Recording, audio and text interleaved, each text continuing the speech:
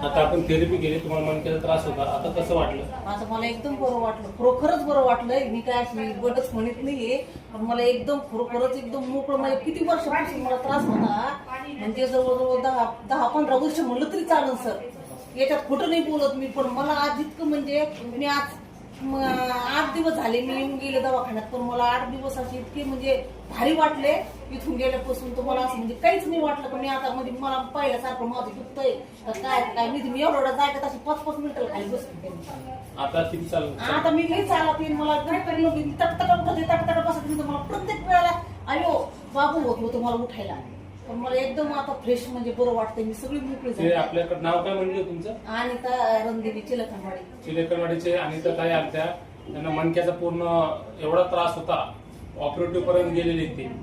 तुमच्या डायरेक्ट नसा बिसा दबलेल्या आहे. खरं सांगायचं, कारण की मी तुम्हाला व्यायाम पण शिकवले तेव्हा मला ते कळालं होतं. पावरच नाही त्यांच्या पायातच पावर. दिवसापासून दुखत आहे माझं दुखणं, म्हणजे लई दिवसात दुखणं होतं. 15 वर्षाचं ते दुखणं आहे त्यांना. आपल्याकडे फक्त आजच एकदाच येऊन गेले, दुसऱ्यांदा फक्त भेटायला आले, ते औषधं घ्यायला आले.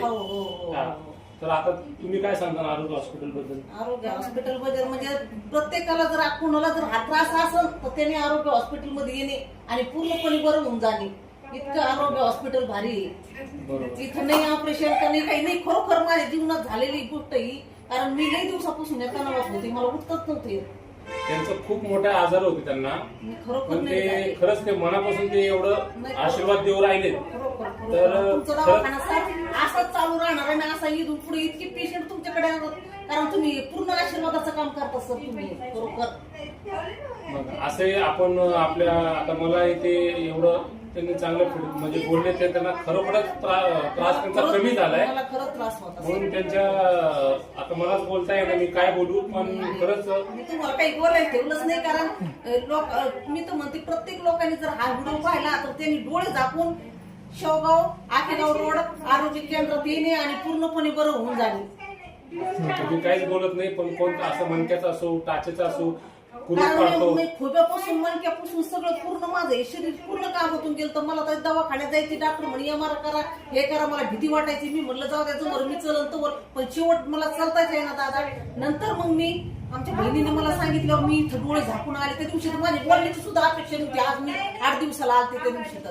पण आज मला इतकं फ्रेश वाटलं, बरं वाटलं. तुम्ही आज गाडी पूर्ण आले, माझ्या मुलीला पण घेऊन आले दाखवायला.